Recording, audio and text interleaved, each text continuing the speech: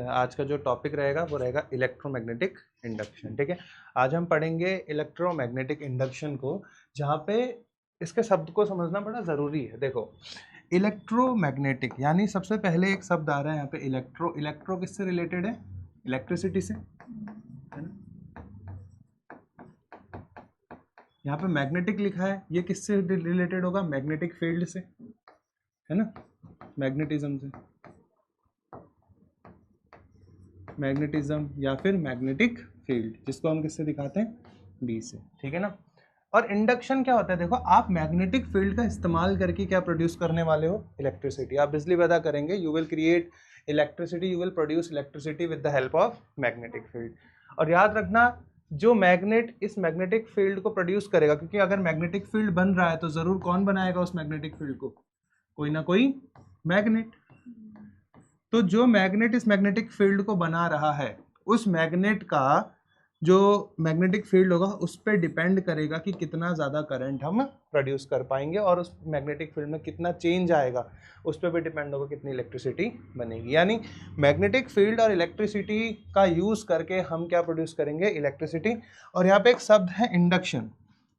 Induction का मतलब क्या होता है? देखो, किसी भी इवेंट को किसी चीज में ट्रांसफर कर देना, किसी भी इवेंट या किसी भी फिनोमिना, किसी भी चीज को दूसरी चीज में ट्रांसफर कर देना without any physical contact. Important चीज क्या है? Without any contact. यानी कोई भी दो चीज आपस में टच नहीं हो रही है, लेकिन फिर भी पहली चीज की मदद से दूसरी चीज में कोई चीज चले जाना, कि हम मैग्नेटिक फील्ड की मदद से इलेक्ट्रिसिटी को बनाने वाले हैं।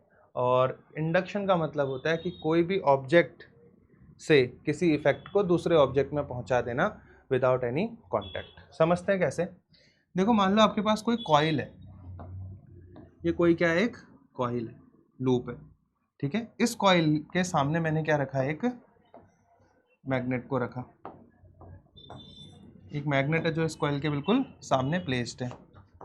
अब देखो, ये मैग्नेट के दो पोल्स होते हैं, तो मान लो ये कौन सा पोल है? North pole. तो दूसरा वाला क्या होगा इसका? South pole. अब ये मैग्नेट क्या प्रोड्यूस करता है बताओ? मैग्नेटिक फील्ड्स को प्रोड्यूस करता है। अब ध्यान से देखना, जब इस मैग्नेट को इस कॉइल के पास रखा गया तो क्या ये मैग्नेट ने इस कॉइल को टच किया? नहीं। अभी मैग्नेट और कॉइल के बीच में कुछ दूरी है, दोनों ने एक दूसरे को टच अभी नहीं किया है। इस समय मान लो मैग्नेट जो है वो रुका हुआ है, यानी इसकी वेलोसिटी क्या है? 0। तो आप कितना भी बड़ा मैग्नेट लिया हो, देखो जितना बड़ा मैग्नेट, जितना स्ट्रॉन्ग मैग्नेट होगा उसका मैग्नेटिक फील्ड भी उतना ही स्ट्रॉन्ग होगा। लेकिन अगर वो मैग्नेट बस कॉइल के सामने रखा हुआ है, यानी उसका मोशन नहीं हो रहा, तो सामने वाली कॉइल में भी कोई करंट नहीं आएगी। ध्यान से सुनो, चाहे कितना भी मैग्नेटिक फील्ड इस कॉइल से दे दो, अगर ये मैग्नेट रुका हुआ है तो जो मैग्नेटिक फील्ड आ रहा है वो फिक्स है, वो चेंज नहीं हो रहा। और जब तक फिक्स मैग्नेटिक फील्ड इस कॉइल को मिलेगा तब तक इस कॉइल में कोई भी करंट नहीं प्रोड्यूस होगी। अब क्या होता है, हम इस मैग्नेट को मान लो कुछ वेलोसिटी v से इस कॉइल की तरफ मूव करते हैं। ठीक है, तो अब जब ये मैग्नेट कुछ वेलोसिटी से इस कॉइल की तरफ ऐसे मूव करेगा, तो आप देखोगे जब ये मैग्नेट इस कॉइल के पास आया तो हमें देखने को मिला कि इस कॉइल के अंदर क्या आ गया? एक करंट आ गया, और ऐसे करके करंट घूमने लगा। इस करंट की डायरेक्शन क्या होगी ये देखेंगे, बट फिलहाल याद रखो इस कॉइल में क्या आ गया? करंट। और करंट तब तक ही इस कॉइल में आया जब तक ये मैग्नेट इस कॉइल की तरफ को मूव कर रहा था, बस उतनी देर तक ही। जैसे ही मैग्नेट ने मूव करना छोड़ा, इस कॉइल के अंदर का करंट भी पूरा गायब हो गया। समझ में आया ना? यानी कि जब मैग्नेट को इस कॉइल के पास लाया गया तो क्या इस मैग्नेट ने इस कॉइल को टच किया? नहीं। क्या टच हो रहा है इसके बीच में? लेकिन तब भी क्या आ जा रही है? करंट। किसका इस्तेमाल किया आपने? मैग्नेटिक फील्ड का। क्या प्रोड्यूस कर लिया? करंट। और जिसने मैग्नेटिक फील्ड बनाया वो था कौन? मैग्नेट। जिस पे करंट बना वो क्या था? कॉइल। और क्या कॉइल और मैग्नेट का कोई फिजिकल कांटेक्ट हुआ? बताओ, नहीं। तब भी इसके अंदर क्या आ गया? करंट। तो करंट एक इफेक्ट है जो किधर से आया? इस मैग्नेटिक फील्ड की मदद से। तो क्या मैग्नेटिक फील्ड जो बना रहा है मैग्नेट, उसका इस कॉइल से कोई भी फिजिकल कांटेक्ट हुआ? नहीं। तब भी क्या प्रोड्यूस हो गया कॉइल के अंदर? करंट। यानी मैग्नेटिक फील्ड को जब आपने चेंज किया, क्या किया? देखो, जब पास लाओगे तो मैग्नेटिक फील्ड बढ़ेगा ना, दूर ले आओगे तो कम होगा।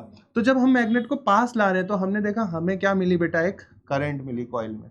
और अगर इस मैग्नेट को दूर ले जाओगे तब भी क्या मिलेगी? करंट मिलेगी क्योंकि दोनों ही केस में मैग्नेटिक फील्ड का वैल्यू क्या होता जा रहा है, चेंज हो रहा है। पास ला रहे हो तो बढ़ रहा है, दूर ले जा रहे हो तो घट रहा है, कम हो रहा है, लेकिन दोनों ही केस में क्या बदलता जा रहा है, मैग्नेटिक फील्ड। हमें बस मैग्नेटिक फील्ड को चेंज करना है। आप पास ले जाओगे तब मैग्नेटिक फील्ड बढ़ेगा, बढ़ना किसको डिफाइन कर रहा है, चेंज को, और दूर ले आ रहे हो तो कम हो रहा है, और कम होना भी किसको डिफाइन कर रहा है, चेंज को। तो बस आपको किसको चेंज करते रहना है, मैग्नेटिक फील्ड को। और जैसे जैसे मैग्नेटिक फील्ड इस कॉइल के सामने वाला चेंज होगा तो इस कॉइल के अंदर क्या आ जाएगा, एक करंट प्रोड्यूस हो जाएगा, जिसको हम क्या बोलते हैं, इंड्यूस्ड करंट। कैसा करंट बोलेंगे, इंड्यूस्ड। क्यों बोल रहे हैं इंड्यूस्ड करंट, क्योंकि ये जो करंट आया है, डेवलप हुआ है, ये किसी बैटरी से नहीं आया। यहाँ कहीं बैटरी है क्या कोई, तो ये करंट कैसे आया, इस मैग्नेटिक फील्ड को चेंज करके। समझ में आ गया ना। तो क्या किया हमने मैग्नेटिक फील्ड में, चेंज इन मैग्नेटिक फील्ड, इससे क्या मिला हमें, इंड्यूस्ड करंट। और मैग्नेटिक फील्ड में चेंज कैसे करोगे, जब आप मैग्नेट को कॉइल की तरफ मूव करें। हम किसका इस्तेमाल कर रहे हैं इसमें करंट लाने के लिए, मैग्नेटिक फील्ड का। कॉइल में करंट आ रही है, लेकिन कॉइल में करंट क्यों आ रही है, मैग्नेटिक फील्ड के चेंज होने से। यानी हम यूज किसका कर रहे हैं, मैग्नेटिक फील्ड का, इसलिए शब्द क्या आ रहा है यहाँ पे, मैग्नेटिज्म।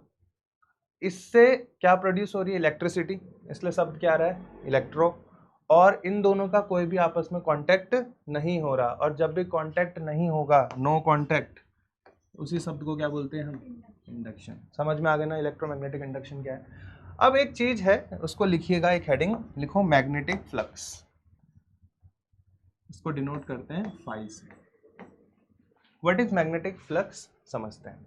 देखो, मान लो कोई एक एरिया है, ठीक है। अब इस शीट से हम क्या पास कर रहे हैं, मैग्नेटिक फील्ड को। देखो यहाँ से मैग्नेटिक फील्ड लाइन एंटर कर रही है ना, तो अगर यहाँ से मैग्नेटिक फील्ड लाइन एंटर कर रही है, ये सारी रेड कलर से क्या दिखा रहा हूँ मैं, मैग्नेटिक फील्ड लाइन जो यहाँ से आ रही है, यानी कि मैग्नेटिक फील्ड इसके अंदर एंटर कर रहा है, और यहाँ से एंटर करेगा तो यहाँ से क्या करेगा, ये एग्जिट। कोई प्रॉब्लम, देखो कितनी लाइंस पास हो रही है, यहाँ से 3।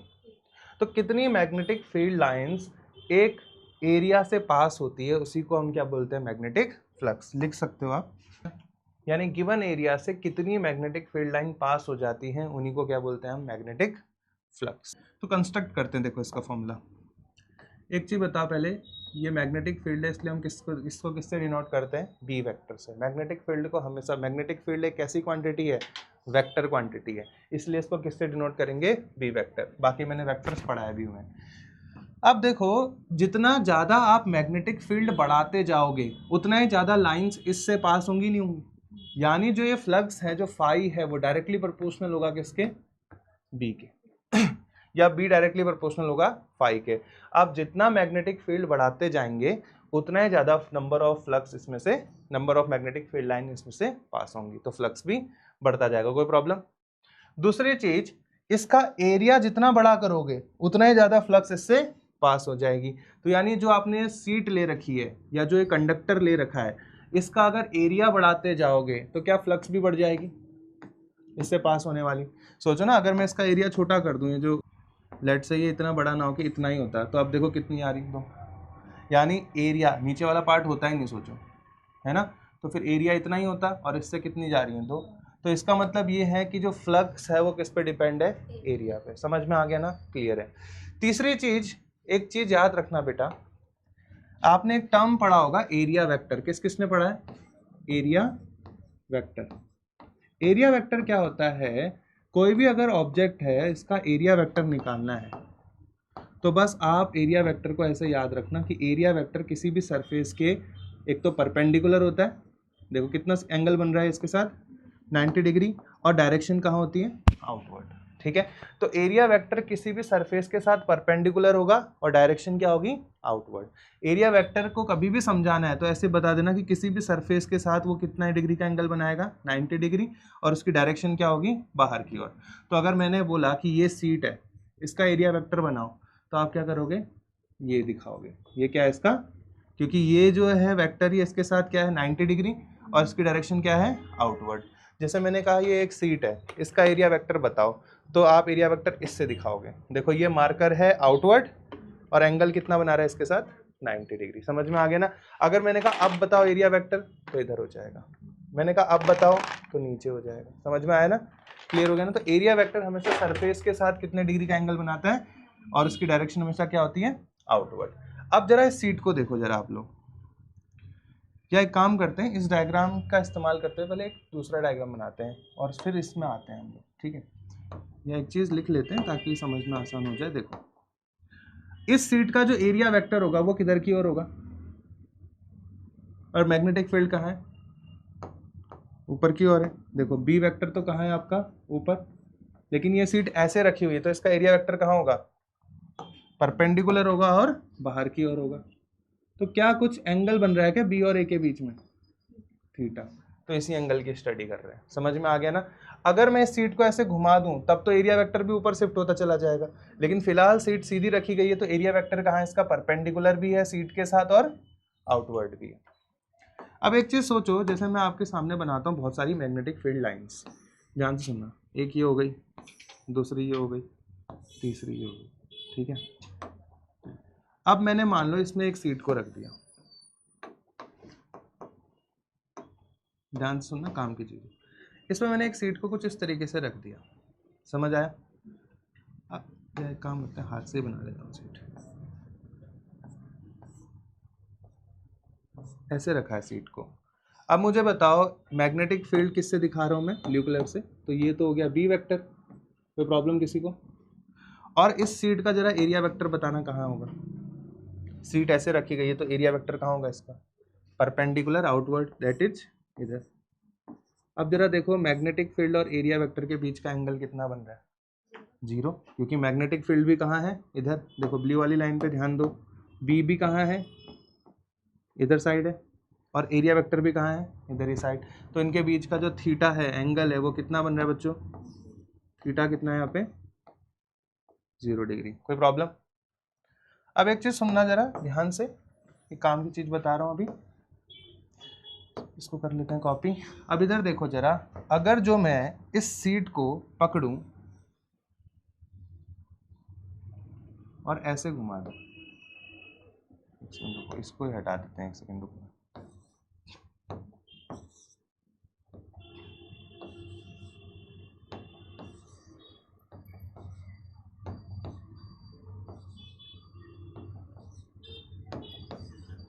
अब ध्यान से सुनो, मैं ये कह रहा हूँ मैग्नेटिक फील्ड तो वही है, अब बस इस सीट को ऐसे ना रख के मैं कैसे रख रहा हूँ, ऐसे तिरछा। तो इस सीट को देखो कैसे रखता हूँ मैं, ठीक है, मैंने थोड़ा टेढ़ा कर दिया इस सीट को, ऐसे रख दिया। बात समझ आ रही कैसे रखा है, पहले ये सीट कैसे रखी गई थी, स्ट्रेट, अब उसको थोड़ा लेटा दिया ऐसे। अब इसका एरिया वेक्टर कहाँ होगा जरा ये बताओ, ऊपर की ओर होगा, ऐसे होगा, है ना। अब ध्यान से सुनना, एरिया वेक्टर तो कहाँ है इसका, ऐसे ऊपर की ओर है, तो ये तो हो गया इसका एरिया वेक्टर। और मैग्नेटिक फील्ड कहाँ है, सीधे। कितना एंगल बन रहा है एरिया वेक्टर और मैग्नेटिक फील्ड के बीच में, तो यहाँ पे थीटा कितना है बेटा, थीटा किसके बीच का एंगल है, एरिया वेक्टर और मैग्नेटिक फील्ड। अब मुझे बताओ जब थीटा 0 है तो कितनी फ्लक्स पास हो रही है, सारी की सारी। यानी लिख सकता हूँ क्या, जब थीटा 0 है तो आपकी जो फ्लक्स आ रही है वो कितनी आ रही है, मैक्सिमम, कितनी आ रही है। और जब थीटा 90 है तो फ्लक्स कितनी आ रही है, 0, कितनी आ रही है। तो यानी फ्लक्स मैक्सिमम होगी या फ्लक्स 0 होगी, ये किस पे डिपेंड है, किसके एंगल, एरिया वेक्टर और मैग्नेटिक। अब कौन सा एंगल लेंगे, कॉस या साइन, तो आपको देखना पड़ेगा 0 पे मैक्सिमम कौन होता है, किसकी वैल्यू 0 पे मैक्सिमम होती है और 90 पे 0 हो जाती है, कौन, नहीं, कॉस की। कॉस 0 पे 1 होता है और कॉस 90 पे 0 हो जाता है। देखो कॉस थीटा 0 पे क्या होता है, 1, और 1 कॉस की मैक्सिमम वैल्यू है, कॉस 1 से बड़ा नहीं हो सकता। और कॉस 90 पे क्या हो जाता है, 0, और कॉस 0 से छोटा होता है -1 पे, लेकिन अभी ये कितना आ रहा है, 0। यानी कि कॉस 90 डिग्री पे 0 आता है और कॉस 0 डिग्री पे मैक्सिमम आता है। यानी क्या मैं लिख सकता हूँ, ये जो अपना फाई है ना, ये जो हमने फाई निकाला, ये एक और चीज पे डिपेंड करता है, किस पे, एंगल पे, और कौन सा एंगल, कॉस। इतनी बात समझ में आ गई, ऐसे रटा तो नहीं ना, समझ में आ गया ना सारा। तो अब इस डायग्राम को मिटा सकता हूँ क्या, इसकी ज़रूरत हमें नहीं है। अब समझ आ गया ना सभी को। अब इन तीनों को कंबाइन कर ले, फॉर्मूला बनाना है तो इन तीनों को कंबाइन करोगे तो क्या आएगा, phi directly proportional to B A cos theta.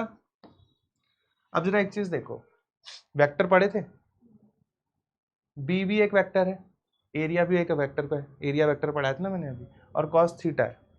दो वेक्टर के बाद अगर आपको याद होगा, देखो ए बी कॉस थीटा, तो कॉस थीटा हटता है तो क्या होता है, डॉट प्रोडक्ट। क्या होता था, तो क्या लिखते थे, ए वेक्टर डॉट, तो क्या इसको भी लिख सकते हैं क्या, B vector dot A vector, है ना, तो वहीं से आ रहा है, समझ में आया ना। किसी भी दो वेक्टर के साथ अगर कॉस थीटा है तो कॉस थीटा हटेगा तो क्या आएगा उनका, डॉट प्रोडक्ट। अगर साइन होता तो फिर क्रॉस प्रोडक्ट। ठीक है, ये मैंने पढ़ा है वेक्टर्स में। अब ध्यान से देखो, फाई देखो प्रोपोर्शनलिटी हटेगा तो एक कांस्टेंट आएगा जिसकी वैल्यू 1 होती है, तो उसे लिखने की जरूरत नहीं है। तो डायरेक्टली फाई का फॉर्मूला क्या आ गया, बी ए कॉस थीटा, या फिर फाई को क्या लिख सकते हो बेटा, B vector dot A vector. और मैंने कहा था अगर आप जब भी डॉट प्रोडक्ट करते हो, जो तीसरी क्वांटिटी आती है वो स्केलर होती है। क्या होती है, इसलिए हमेशा मैग्नेटिक फ्लक्स कैसी क्वांटिटी है, क्योंकि किसी भी दो वेक्टर का अगर डॉट प्रोडक्ट करो तो जो तीसरी क्वांटिटी मिलती है वो हमेशा क्या होती है, स्केलर। लेकिन अगर किसी भी दो वेक्टर का क्रॉस प्रोडक्ट करोगे तो तीसरी क्वांटिटी वेक्टर होती है। समझ में आ गया। तो फ्लक्स एक कैसी क्वांटिटी है, स्केलर, क्योंकि वो किसका डॉट प्रोडक्ट है, मैग्नेटिक फील्ड और एरिया वेक्टर। तो किसी भी सीट से कितनी फ्लक्स पास होगी उसका फॉर्मूला क्या हो गया, बी ए कॉस थीटा। ठीक है ना, फॉर एनी प्लेन सीट और कंडक्टर, ये किसका फॉर्मूला हो गया, फॉर एनी प्लेन, अभी लिखोगे बोले सुन लो, सीट और कंडक्टर। तो किसी भी कंडक्टर या किसी भी प्लेन सीट से कितनी फ्लक्स पास होगी उसका फॉर्मूला क्या होगा, बी ए कॉस थीटा। पर मान लो मेरे पास सीट नहीं है, मेरे पास कोई कॉइल है, क्या मेरे पास, तो कॉइल से भी तो फ्लक्स पास होंगी। जैसे इधर कॉइल थी हमारे पास पहले, तो इस कॉइल से भी तो फ्लक्स पास हो रही है। तो अब देखो ध्यान से, अगर किसी कॉइल से फ्लक्स पास करनी है ना, तो इस फॉर्मूले में एक नई चीज जुड़ जाएगी। देखो ये कॉइल है ना, तो इसमें कितनी बार मैं राउंड टर्न्स लगा सकता हूँ, नहीं मतलब कितने बार वायर को लपेट सकता हूँ इसके ऊपर, जितना मेरी मर्जी। और जितनी वायर इसके ऊपर लिपटी होंगी ना, मान लो इसमें टोटल नंबर ऑफ टर्न्स कितने हैं, n, तो जो फ्लक्स होगी वो भी कितनी हो जाएगी, n बी ए कॉस, यानी नंबर ऑफ टर्न्स बढ़ाते जाओगे तो फिर फाई की वैल्यू भी बढ़ती जाएगी। समझ में आ गया ना। n क्या है यहाँ पे, total number of turns in coil, total number of turns, ठीक है ना, इन कॉइल। और इसको अगर डॉट प्रोडक्ट में लिखना चाहो तो phi equals to n, n तो नंबर है उसको तो छोड़ दो, b वेक्टर डॉट, क्वेश्चन में दिया होगा इस कॉइल में 50 टर्न है, 100 टर्न है, तो कॉइल में जितने ज़्यादा टर्न होंगे उतना ज़्यादा फाई का वैल्यू बढ़ता चला जाएगा। तो ये फॉर्मूला कब यूज़ करोगे, फॉर कॉइल। वो किसके लिए यूज़ किया था, फॉर एनी सीट और कंडक्टर, प्लेन सीट या कंडक्टर, ये किसके लिए होगा, फॉर कॉइल। तो किसी कंडक्टर या किसी कॉइल में कितना फ्लक्स है वो निकालने का ये फॉर्मूला है, और इस चैप्टर में हमें इसको बहुत बार यूज़ करना होगा। समझ आया, लिख चलिए। तो अब हम पढ़ेंगे Faraday's and Henry observation, EMI, electromagnetic induction के लिए इनके जो एक्सपेरिमेंट है, बेसिकली हम 3 एक्सपेरिमेंट पढ़ेंगे यहाँ पे, 3 एक्सपेरिमेंट पढ़ेंगे इनके, जिससे हमें थोड़ा अंडरस्टैंडिंग आ जाए। इनने मिलके एक बात बोली थी, क्या बताया था इस लॉ के अकॉर्डिंग, ध्यान से सुनो। इसमें यह बताया गया था कि जब भी चेंजिंग फ्लक्स किसी भी कंडक्टर या किसी भी कॉइल से पास होगी तो क्या इंड्यूस हो जाएगा, एक EMF। समझ में आया, क्लियर हो गया। कभी भी अगर फ्लक्स चेंज हो रही है और वो चेंज होने वाली फ्लक्स किसी कंडक्टर से भेज दो या किसी कॉइल से पास कर लो, तो उस कंडक्टर या उस कॉइल के अंदर क्या इंड्यूस हो जाता है, एक EMF या करंट। EMF आएगा तो करंट तो आ ही जाएगी। इसका एक्सपेरिमेंट करने के लिए इन लोगों ने क्या किया, कॉइल लिया और इस कॉइल को नीचे कनेक्ट कर दिया एक गैल्वेनोमीटर से। ध्यान से सुनना, किससे कनेक्ट करा बेटा इसे, व्हाट इज गैल्वेनोमीटर, जो करंट को नापता है। समझ में आ गया ना, ये हो गया गैल्वेनोमीटर की निडल। करंट तो बताएगा ही कितनी है, साथ ही साथ करंट की डायरेक्शन भी बताएगा निडल के मूव डिफ्लेक्शन की डायरेक्शन के अकॉर्डिंग। मान लो इसकी रीडिंग यहाँ पे 0 है, फिर 1 है, फिर 2 है, फिर 3 है ना, ऐसे दिखा दो, 1 2 दिखा दो, 0 और 1 2, यहाँ भी क्या है 1 और 2। यहाँ तक की बात सभी को समझ में आ गई।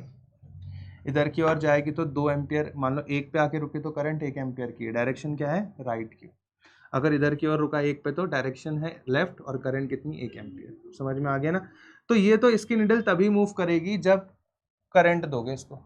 अभी यहाँ पे करंट का कोई सोर्स है नहीं है। तो अब क्या करा इन लोगों ने कि इनने एक मैग्नेट को लिया सामने, ऑब्जर्वेशन सुन लेना तभी चैप्टर अच्छे से क्लियर होगा। ये नॉर्थ पोल है, ये साउथ पोल। अब इस मैग्नेट से तो फिर मैग्नेटिक फील्ड भी निकलेगा, कोई प्रॉब्लम ही नहीं है। मैग्नेटिक फील्ड से क्या प्रोड्यूस होंगी, मैग्नेटिक फ्लक्स, और ये फ्लक्स किससे जा रही है, इस कॉइल से। ठीक है, फ्लक्स कितनी जा रही है अगर वो निकालना है तो phi equals to NBA cos theta लगा के ये पता चल जाएगा कि इस कॉइल से कितनी फ्लक्स जा रही है। अगर जो ये फ्लक्स कांस्टेंट है यानी ये फिक्स है तो फिर इसमें कोई भी करंट नहीं आएगा। और कांस्टेंट क्यों होगी, देखो अगर आप मैग्नेट को मूव ही नहीं कर रहे हो तो जितनी भी फ्लक्स हैं वो क्या है, अभी फिक्स हैं। लेकिन अगर मैग्नेट पास आएगा तो फ्लक्स भी बढ़ेंगी, तो पास आने के लिए उसको कुछ वेलोसिटी से चल के आना पड़ेगा। तो जब मैग्नेट पास आएगा तो नंबर ऑफ फ्लक्स इंक्रीज होंगी, और अगर फ्लक्स बढ़ेंगी तो मैंने यही बताया था कि इस कॉइल के अंदर क्या आ जाएगा, करंट, जो कि इस वायर के थ्रू इस गैल्वेनोमीटर में जाएगा और वो उस करंट को डिटेक्ट करेगा। समझ आया। तो जब तक ये मैग्नेट स्टेशनरी रखा था, रुका हुआ था, तो वेलोसिटी क्या थी, 0। तो हमने देखा no induced current, induced EMF और नो इंड्यूस्ड EMF ही लिख लो खाली, कोई भी इंड्यूस्ड EMF नहीं मिला। लेकिन जो अगर ये मैग्नेट v वेलोसिटी से इस कॉइल के टुवर्ड्स जा रहा है ना, तो ये देखने को मिला कि जब ये मैग्नेट v वेलोसिटी से इस कॉइल की तरफ गया तो गैल्वेनोमीटर ने अचानक से ही डिफ्लेक्शन किधर की ओर दिखा दिया, इधर की। डायरेक्शन बाद में बताऊंगा क्यों इधर क्या इधर, अभी बस समझ लो कि गैल्वेनोमीटर में एक डायरेक्शन में क्या दिखा हमें, डिफ्लेक्शन। और ये डिफ्लेक्शन उतनी देर तक रहा जितनी देर तक ये मैग्नेट मूव किया। जैसे ये मैग्नेट v वेलोसिटी से चला और रुका तो वापस निडल कहाँ पे आके रुक गई, 0 पे। क्यों हुआ ऐसा, क्योंकि जब मैग्नेट रुक गया तो मैग्नेटिक फ्लक्स में चेंज भी थम गया, रुक गया, और जब चेंज ही नहीं होगा तो फिर क्या होगा, फ्लक्स का होना ही करंट के लिए जिम्मेदार नहीं है, फ्लक्स लगातार क्या होना चाहिए, बदलते जाना चाहिए। ये इनने इसी एक्सपेरिमेंट से देखा, क्योंकि अगर मैग्नेट रुका है तब भी तो फ्लक्स जा रही है इसमें से, पर वो सारी फ्लक्स की वैल्यू क्या है, कांस्टेंट। तो जरूरी नहीं है कि फ्लक्स पास हो रही तो करंट आएगा, फ्लक्स को लगातार चेंज होना पड़ेगा, और चेंज करने के लिए आप मैग्नेट या तो पास लेके जाओ या तो दूर। तो जब आप मैग्नेट पास लाए तो फ्लक्स बढ़ी, और जब फ्लक्स बढ़ी तो करंट इधर की ओर आ गई, मान लो 1 एम्पीयर की करंट आ रही है किधर की ओर, लेफ्ट की। फिर इन लोगों ने क्या किया, और जैसे ही मैग्नेट चलना रुक जाएगा, अचानक से जब मैग्नेट को आप रोक दोगे, देखो कॉइल और मैग्नेट के बीच में कैसा मोशन हो रहा है, रिलेटिव मोशन।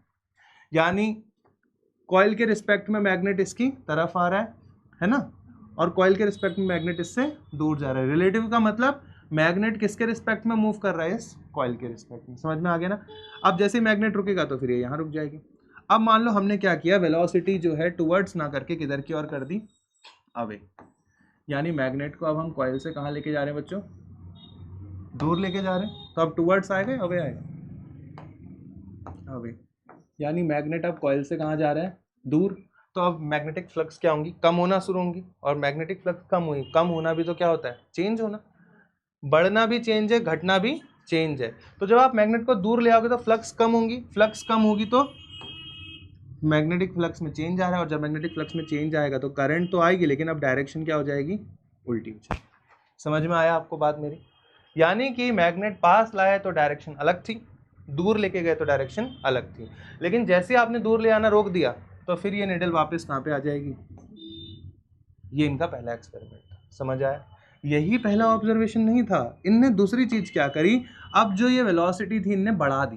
क्या करी, जिस वेलोसिटी से ये पहले ले आ रहे थे ना, अब जो ये मैग्नेट को इस कॉइल की तरफ ले जा रहा है, इसके इस केस में इसने वेलोसिटी को अब बढ़ा दिया। क्या कर दिया, तो डिफ्लेक्शन तो होना ही होना है, लेकिन अब 1 एम्पियर की जगह कहां तक आ रहा है करंट, 2 एम्पियर। तो इनने ये देखा कि जो ये फ्लक्स को हम चेंज कर रहे थे ना, उसको अगर हम जल्दी चेंज कर दें, जल्दी चेंज कैसे करोगे, तेजी से मूव करा के। तो अगर आप इस फ्लक्स में चेंज जल्दी करोगे तो करंट आपको ज्यादा मिलेगा। और दूसरी चीज क्या करा, जब इनने दूर ले गए तो दूर ले आते समय भी ज्यादा वेलोसिटी से दूर ले गए, तो नीडल किधर की ओर गई, 2 एम्पियर राइट। समझ में आ गया। पास ले जाते समय करंट अलग डायरेक्शन की मिल रही है, दूर ले आते समय करंट की डायरेक्शन बिल्कुल अपोजिट है। तेजी से पास ले जाओगे तो ज्यादा करंट मिलेगी, और हल्के से दूर ले जा और तेजी से दूर ले आओगे तब भी करंट ज्यादा मिलेगी। बस डायरेक्शन क्या होगा करंट का दोनों केस में चेंज हो जाएगा। ये पहला ऑब्जर्वेशन है। सभी को समझ आ गया? लिख लो, इसको बना लो। चलो, मुझे उम्मीद है कि यहाँ तक सबको समझ आ गया। ये हो गया इनका पहला एक्सपेरिमेंट, ठीक है। This is the first experiment. अब दूसरी चीज देखो, इसको साइड कर लेते हैं थोड़ा सा। सेकंड एक्सपेरिमेंट में कुछ ज़्यादा खास नहीं है, बस आपको एक चीज़ पता है, बचपन में आपने पढ़ा होगा कि अगर कोई वायर है जिसमें करंट फ्लो हो रहा है तो वो क्या प्रोड्यूस करती है अपने चारों ओर? Magnetic field. क्या प्रोड्यूस करती है? इलेक्ट्रिसिटी और मैग्नेटिज्म आपस में रिलेटेड है, समझ आया ना? तो कोई भी करंट कैरिंग वायर है वो क्या प्रोड्यूस करेगी? Magnetic field. तो अगर वायर की जगह लूप ले लूँ और इसमें भी करंट है तो ये भी क्या प्रोड्यूस करेगी? Magnetic field. वायर भी तो, लूप भी तो एक वायर ही है, बस सर्कल की फॉर्म में हो गया। तो हमेशा याद रखना है, करंट कैरिंग वायर हमेशा क्या प्रोड्यूस करती है? मैग्नेटिक फील्ड को प्रोड्यूस करती है। तो यार जरूरी थोड़ी आप मैग्नेट ही लो, आप अगर कोई वायर रख दो उससे भी तो करंट आएगी, और उस करंट से चारों ओर क्या बनेगा? Magnetic field. और मैग्नेटिक फील्ड है तो मैग्नेटिक फ्लक्स भी होगा। तो इनने मैग्नेट को हटा दिया, उसके सामने क्या किया, ध्यान से सुनना। कॉइल तो यही रही, ध्यान से सुनो, कॉइल तो आपका यही रही, ठीक है। पर इसी कॉइल के सामने इनने एक और कॉइल लगाई, ठीक है। इस कॉइल में इनने क्या करा, यहाँ पे एक बैटरी लगा दी। क्या लगा दी? दूसरी कॉइल में एक बैटरी। बड़े ध्यान से सुनना, यहाँ पे एक बैटरी को कनेक्ट किया। अब बैटरी लगाओगे तो कोई करंट तो जाएगी, और करंट यहाँ से जाके ऊपर के रास्ते जाते हुए नीचे आएगी, फिर वापस इसमें चली आएगी। इतनी बात सबको समझ में आई? अब ये क्या बन गया है? करंट कैरिंग लूप बन गया। अब अगर इसमें करंट है तो ये क्या प्रोड्यूस करेगा? Magnetic field. क्या प्रोड्यूस करेगा? क्योंकि कभी भी कोई करंट कैरिंग कंडक्टर है तो वो अपने आसपास क्या प्रोड्यूस करता है? Magnetic field. अब इस मैग्नेटिक फील्ड की डायरेक्शन क्या होगी वो आप अपने राइट हैंड रूल से निकालोगे। आपने राइट हैंड की फिंगर को ऐसे घुमाओ जैसे करंट घूम रही है। करंट कैसे घूम रही है? यहाँ से ऊपर, पीछे से नीचे। तो आप अपनी फिंगर को देखो, यहाँ से ऊपर करो और ऐसे नीचे करो, तो थंब किसकी डायरेक्शन बताएगा? मैग्नेटिक फील्ड की। किसकी बताएगा? समझ में आया? देखो, यहाँ से करंट ऊपर है तो फिंगर्स ऊपर रखो, फिर वहां से कहाँ जा रही है? नीचे, तो यहाँ से फिंगर को नीचे ले जाओ। मतलब फिंगर को ऐसे घुमाओ जैसे क्या घूम रहा है? करंट। तो ऐसे घूम रही है करंट, ये वाला हिस्सा आगे है, ये वाला हिस्सा पीछे है। तो करंट ऐसे घूम रही है तो थंब किसकी डायरेक्शन बता रहा है? Magnetic field. यानी मैग्नेटिक फील्ड की डायरेक्शन क्या है आपकी? ऐसे ही तो है। कोई प्रॉब्लम? समझ आई बात? यही तो होगी मैग्नेटिक फील्ड की डायरेक्शन, क्योंकि देखो करंट अगर ऐसे घूम रही है तो थंब किसकी डायरेक्शन बता रहा है? Magnetic field. अब ये सारी चीजें सेम है। अब इनने क्या किया, इस कॉइल को पकड़ा और इसकी तरफ लाना शुरू किया। अब देखो, ये भी तो मैग्नेटिक फील्ड था और ये भी तो क्या है? अब सब कुछ सेम ही तो हो गया, तो सारे रिजल्ट उसी के जैसे आए, सबके सब। तो इनने बोला जरूरी नहीं है आप मैग्नेट यूज करो, आप करंट कैरिंग कॉइल को भी इसके सामने मूव कराओगे तो करंट कैरिंग कॉइल खुद भी तो किसका सोर्स बन गई है? मैग्नेटिक फील्ड का। पहले मैग्नेटिक फील्ड का सोर्स क्या था? मैग्नेट। अब कौन है मैग्नेटिक फील्ड का सोर्स? Current carrying coil. दोनों ही क्या प्रोड्यूस कर रही है? Magnetic field. अब जब इस कॉइल को पास लेके जाओगे तो मैग्नेटिक फ्लक्स बढ़ेगा जो इस कॉइल के अंदर चला जाएगा, जिससे इसमें क्या आ जाएगा? एक ईएमएफ। समझ में आ गया? ईएमएफ जिससे करंट प्रोड्यूस होगी। सब कुछ सेम रहेगा। पास लाओगे तो इधर डिफ्लेक्शन, तेजी से लाओगे तो ज्यादा डिफ्लेक्शन, दूर ले जाओगे तो इधर की ओर डिफ्लेक्शन, ज्यादा तेजी से दूर ले आओगे तो और ज्यादा डिफ्लेक्शन। यानी चीजें सब कुछ सेम है, बस मैग्नेट की जगह क्या यूज कर लिया इनने? कॉइल को। समझ में आया? इसको भी बना लो।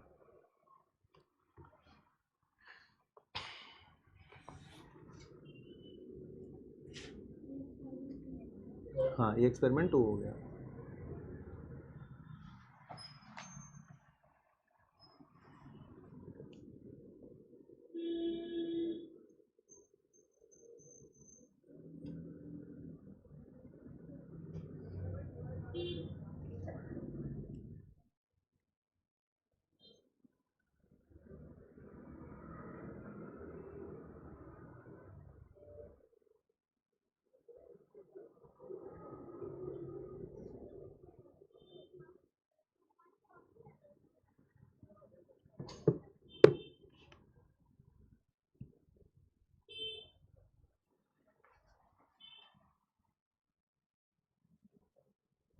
चलो अब एक चीज देखो, ये तो दोनों एक्सपेरिमेंट हो गए, पहला वो दूसरा ये। देखो दोनों एक्सपेरिमेंट में एक चीज कॉमन है, क्या? मैग्नेट को भी मूव करना पड़ रहा है कॉइल की तरफ या कॉइल से दूर। क्यों मूव कर रहे हैं? ताकि फ्लक्स चेंज हो। यहाँ भी जो करंट कैरिंग कॉइल है उसको दूर लेके जाओगे या तो पास लेके आओगे। तीसरे एक्सपेरिमेंट में इन्होंने ये चेक किया क्या जरूरी है इनके बीच में मोशन करना, मतलब इसको मूव कराना जरूरी है क्या? अगर मूव नहीं कराएं तो क्या ईएमएफ आएगा? अब आप बोलोगे सर जब मूव कराएंगे नहीं तो फ्लक्स में तो चेंज होगा ही नहीं, और जब तक फ्लक्स चेंज ही नहीं होगी तो सामने वाली कॉइल के अंदर कोई भी ईएमएफ इंड्यूस नहीं होगा, ना इसमें होगा ना इसमें। तो इनने एक तरीका बताया, और ये चेक करने के लिए कि ज़रूरी है क्या मोशन होना, या बिना मोशन के भी एक ईएमएफ इंड्यूस किया जा सकता है। तो इन लोगों ने क्या किया ऐसा करने के लिए, इसी डायग्राम को थोड़ा कॉपी कर लेते हैं ताकि इजी हो जाए।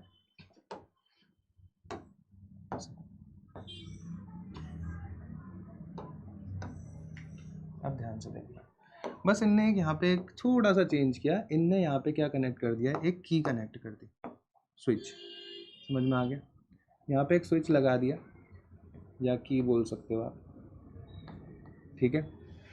अब क्या होगा देखो, इसको चलाने की ज़रूरत अब नहीं पड़ेगी आपको। देखो क्या होगा, यहाँ पे करंट कितनी जा रही है, मान लो आई करंट, ठीक है।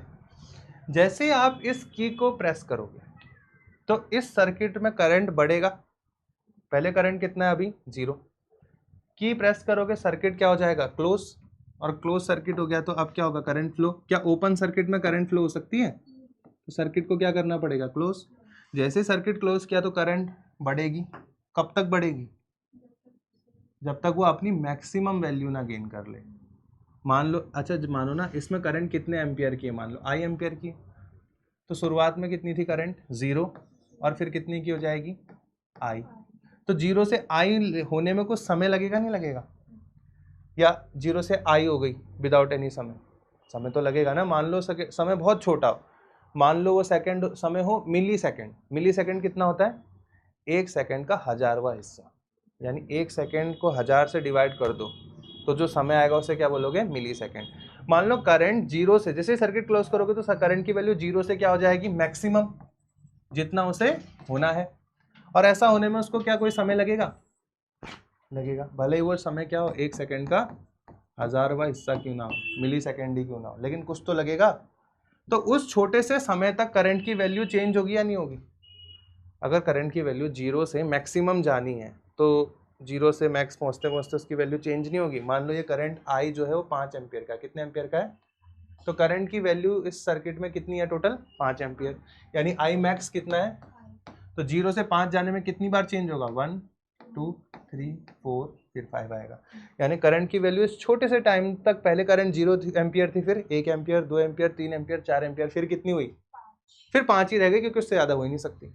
तो कुछ समय तो लगा होगा जिसे स्विच बंद किया होगा करंट को बढ़ने का, या करंट स्विच बंद करते ही 5 हो गई, 0 से 5 हुई होगी ना। तो उतनी देर तक करंट क्या हुई चेंज हुई, भले ये टाइम क्या हो वेरी शॉर्ट, लेकिन टाइम है तो सही ना। तो उस छोटे समय तक करंट बदलती गई, तो उस थोड़े से समय तक करंट अगर बदलेगी तो क्या मैग्नेटिक फील्ड भी बदलेगा? क्योंकि करंट पे डिपेंड है ना मैग्नेटिक फील्ड, जितनी करंट उतना ही मैग्नेटिक फील्ड। करंट बदलती जाएगी तो मैग्नेटिक फील्ड भी, 1 एम्पियर वाली करंट जब थी तब मैग्नेटिक फील्ड अलग होगा, 2 एम्पियर पे अलग होगा, 3 पे अलग, 4 पे अलग, 5 पे अलग। तो अगर मैग्नेटिक फील्ड अलग अलग, अगर करंट की वैल्यू अलग अलग होती गई उस छोटे से समय के लिए, तो उस छोटे से समय तक मैग्नेटिक फील्ड भी अलग अलग होता रहा होगा। और अगर मैग्नेटिक फील्ड बदल रहा है तो क्या फ्लक्स भी बदलेगी? हाँ, और वही बदलती हुई फ्लक्स किस में चली गई? और यहाँ पे क्या मिला आपको? डिफ्लेक्शन। नीडल में क्या मिला? लेकिन कितना डिफ्लेक्शन मिलेगा? अचानक से मिलेगा, बस एक थोड़ा सा मुड़ेगी और वहीं पे आ जाएगी। बात समझ में आया? क्योंकि करंट लगातार नहीं बदल रही है। ऐसा नहीं कि 10 मिनट तक करंट बदलती रह रही है, ऐसा नहीं हो रहा। करंट कितने सेकंड के लिए बदली? माइक्रो सेकंड के लिए, मिली सेकंड के लिए। तो मिली सेकंड के लिए ही मैग्नेटिक फील्ड भी चेंज हुआ, और मिली सेकंड के लिए मैग्नेटिक फील्ड बढ़ा, क्योंकि करंट भी क्या हुई? बढ़ी। तो मिली सेकंड के लिए मैग्नेटिक फील्ड भी बड़ा होगा, तो मिली सेकंड के लिए फ्लक्स में भी चेंज आया होगा, और फिर उसी वजह से बहुत थोड़ा सा डिफ्लेक्शन आपको देखने को मिला होगा। अब जैसे आप इस की को ओपन करोगे, क्या करोगे? इस की को ओपन, यानी इसको डिस्कनेक्ट कर देते हैं। अब जब इस की को ओपन कर दोगे भाई, सर्किट खुल गया ना, तो अब करंट की वैल्यू 5 से क्या हो जाएगी, तो तुरंत हो जाएगी 0। कुछ समय तो लगेगा ना, भले वो मिली सेकेंड में। तो अब करंट की वैल्यू क्या होने लगेगी बेटा, डिक्रीज। अब करंट डिक्रीज होगी तो मैग्नेटिक फ्लक्स भी डिक्रीज, मैग्नेटिक फील्ड भी डिक्रीज, मैग्नेटिक फील्ड डिक्रीज होगा तो फ्लक्स भी डिक्रीज, यानी फ्लक्स में क्या आ गया, चेंज। उस वजह से डिफ्लेक्शन की डायरेक्शन अब चेंज हो जाएगी। तो क्या दोनों में कोई मूवमेंट हुआ, मतलब इसको हमने मूव कराया क्या इस कॉइल को, नहीं, बस हमने क्या किया कि दबाई, करंट बढ़ा तो मैग्नेटिक फील्ड भी बढ़ा और उससे फ्लक्स भी बढ़ा जो इसके अंदर आया और यहाँ के आ गई करंट। लेकिन ये कितने समय के लिए हुआ होगा, बहुत माइक्रो सेकेंड के लिए, मिली सेकेंड के लिए। और जैसे स्विच को दोबारा छोड़ दोगे तो ये की खुल जाएगी तो करंट घटेगा। और यही तो बता रहा हूँ, चाहे करंट बढ़े चाहे करंट घटे तो उससे मैग्नेटिक फील्ड भी बढ़ेगा या घटेगा, यानी चेंज होगा। और जब मैग्नेटिक फील्ड चेंज होगा तो फ्लक्स भी क्या हो जाएगा, चेंज। और जब भी फ्लक्स चेंज होगा तो क्या मिलेगा, इंड्यूस्ड ईएमएफ या करंट। समझ आ गई ना बात। यही 3 एक्सपेरिमेंट है इनके, बस एक फॉर्मूला है, बस खत्म। तो इन एक्सपेरिमेंट से इन लोगों ने क्या पता किया, इन एक्सपेरिमेंट से इसने ये बताया कि यार रिलेटिव मोशन की जरूरत नहीं है, बस आप तो किस में बदलाव ले आओ, फ्लक्स में। और फ्लक्स 3 चीजों पे डिपेंड है, अगर फ्लक्स को बदलना है तो फ्लक्स 3 चीजों की वजह से बदल सकती है। बताओ फ्लक्स का फॉर्मूला क्या था, एन या बी ए कॉस थीटा ले लो, चलो बी ए कॉस थीटा। तो या तो किसको बदल दो, बी को बदल दो, अरे बी का वैल्यू बदलेगा तो ये इसकी वैल्यू कुछ और नहीं आएगी, तो या तो बी बदल दो या तो मैग्नेटिक फील्ड बदल दो। देखो जब आपने स्विच क्लोज किया तो करंट बदली, करंट बदलने से क्या बदला, मैग्नेटिक फील्ड, तो ये बदला ना, इसी वजह से क्या बदल गई, फ्लक्स। इसीलिए इसमें क्या है, एक ईएमएफ। तो फराडे ने ये बोला कि फ्लक्स को बदलोगे तो ईएमएफ मिलेगा। और फ्लक्स कब बदलेगी, जिस पे फ्लक्स निर्भर है, डिपेंडेंट है। तो फ्लक्स किस पे डिपेंड है, मैग्नेटिक फील्ड। या फिर आप क्या बदल दो, एरिया बदल दो कॉइल का, या फिर मैग्नेटिक फील्ड और एरिया वेक्टर के बीच का एंगल बदल दो। तीनों के बदलने से ही क्या बदल जाती है बेटा, फ्लक्स बदल जाती है। और अगर फ्लक्स बदलेगी तो क्या मिलेगा, ईएमएफ। और जितना जल्दी फ्लक्स बदलेगा उतना ही ज्यादा क्या मिलेगा, ईएमएफ। मैंने बताया था ना, अगर तेजी से मूव करोगे तो फ्लक्स बदलेगी तो सही, लेकिन जल्दी बदल जाएगी। और जितना जल्दी फ्लक्स बदल रही थी उतना ही करंट, देखो 2 एम्पियर आ रहा था उस समय, और अगर हल्के से ले आ रहे थे तो फिर करंट 1 एम्पियर आ रहा था। तो इससे क्या क्या कंक्लूजन निकाले उनने, लिख लो कंक्लूजन।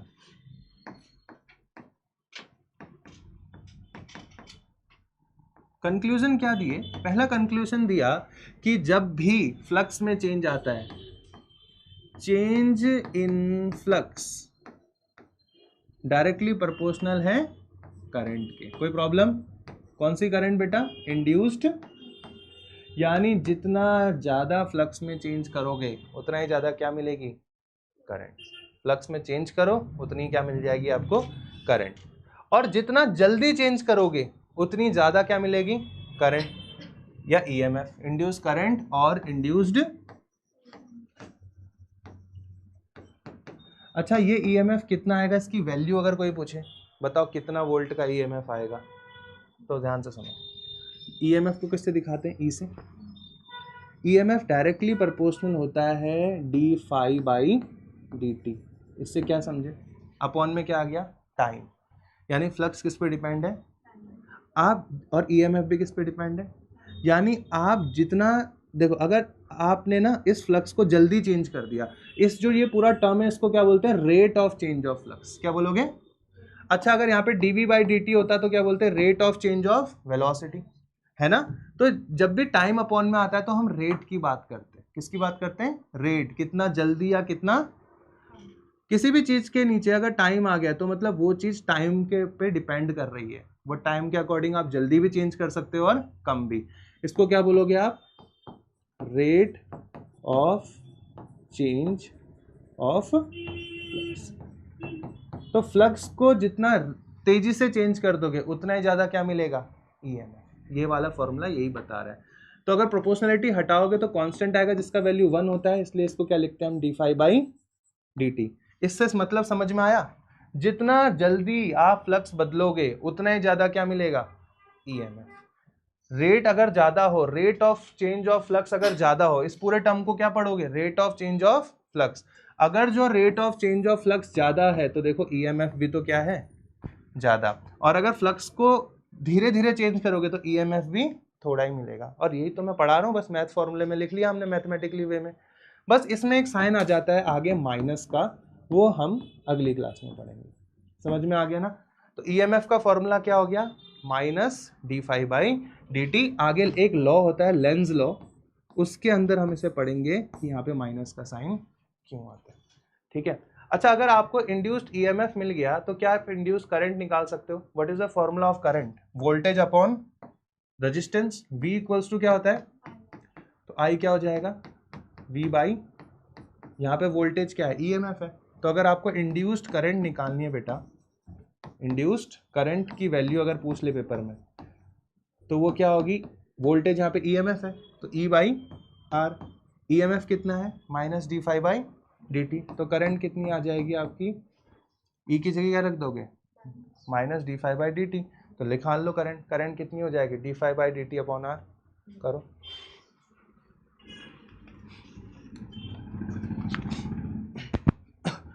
इसमें एक चीज और ऐड कर लेना, देखो ध्यान से, इसमें आप एक और चीज ऐड कर सकते हो, सभी लोग पहले देख लो। अगर ये ईएमएफ किसी कॉइल में आ रहा है तो कॉइल में टोटल नंबर ऑफ टर्न्स कितने होंगे, n। तो जितने ज्यादा टर्न होंगे उतना ज्यादा क्या मिलेगा, ईएमएफ। याद है मैंने बताया था ना, फ्लक्स भी क्या था, n से मल्टीप्लाई हो जा रहा था, तो ईएमएफ भी क्या हो जाएगा, minus n d phi by d t. अगर प्लेन सीट है तब तो ये वाला फॉर्मूला लगा लेना, और अगर कॉइल है तो ये किसके लिए है बेटा, फॉर कॉइल। और n क्या है यहाँ पे, total number of turns for coil. ठीक है। तो अब जरा कॉइल के लिए इंड्यूस्ड करंट निकालना, जरा कॉइल में कितनी इंड्यूस्ड करंट आएगी, तो ये कितनी हो जाएगी, देखो E की जगह क्या रखोगे, minus n d phi by d t, sign रहने दो अभी। तो ये कितना हो जाएगा, n by R d phi by d t. समझ में आ गया, कितनी करंट आ गई आपको पता चल गया। कोई पूछे कि कितनी करंट इंड्यूस्ड होगी तो कैसे निकालोगे, n by R d phi by d t. समझ में आया? अगर साइन लगाना चाहो लगा लो, बाद में बताऊंगा साइन क्या है ये सारे। समझ में आ गया? बस एक सेकंड, एक चीज और कर लो फिर छोड़ दूंगा। अगर कोई आपसे पूछे कि कितना चार्ज आया, क्या कोई पूछे कि इस कॉइल में कितना चार्ज इंड्यूस्ड हुआ, कोई पूछे कितना वोल्टेज है, ईएमएफ है, निकाल लोगे। कोई पूछे कितना करंट है, निकाल लोगे। कोई पूछे कितना चार्ज इंड्यूस हुआ कॉइल में, तो बेटा करंट का फॉर्मूला क्या होता है, charge upon time, D Q by d T, यही होता है। तो यहाँ से अगर डी क्यू निकालोगे तो वो कितना हो जाएगा, आई इंटू डी टी। समझ में आ गया? अब आई कितना है बेटा, आई की वैल्यू आपको बताइए, minus n d phi by t. तो आई को यहाँ रख दो, तो यहाँ से डी क्यू आ जाएगा। तो देखो डी क्यू कितना आएगा, अभी माइनस नहीं लेना है तो मत लो, बाद में माइनस को समझाऊंगा तब क्लियर हो जाएगा। तो ये क्या हो जाएगा, d phi by d t. ये तो किसकी वैल्यू उतार दी मैंने, आई की, और पीछे क्या है, डी टी। डी टी से डी टी क्या हो जाएगा, कट जाएगा।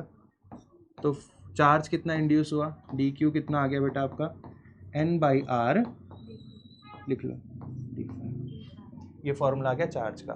तो आपको करंट का फॉर्मूला भी मिल गया, चार्ज का फॉर्मूला भी मिल गया, और ईएमएफ का फॉर्मूला भी मिल गया, क्योंकि यही तीनों चीजें इंड्यूस हुई हैं। ठीक है ना? अभी लगाना चाहो माइनस तो लगा लो, पर माइनस की बात हम थोड़ा समय बाद ही करें।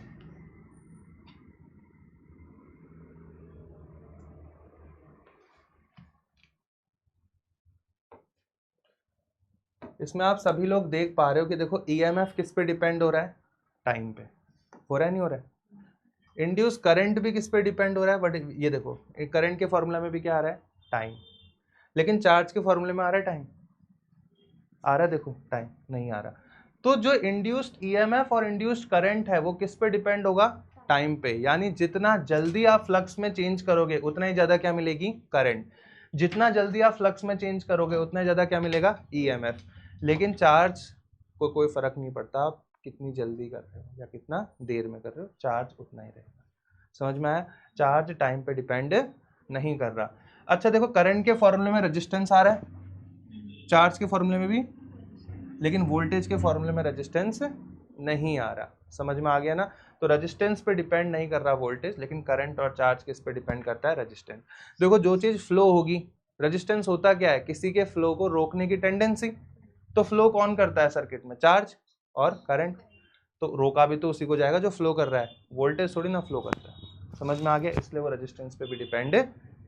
इसके आगे का अब हम कल पढ़ेंगे, ठीक है ना। तो इतना पढ़ लेना, कल मिलते हैं, आगे कंटिन्यू करते हैं।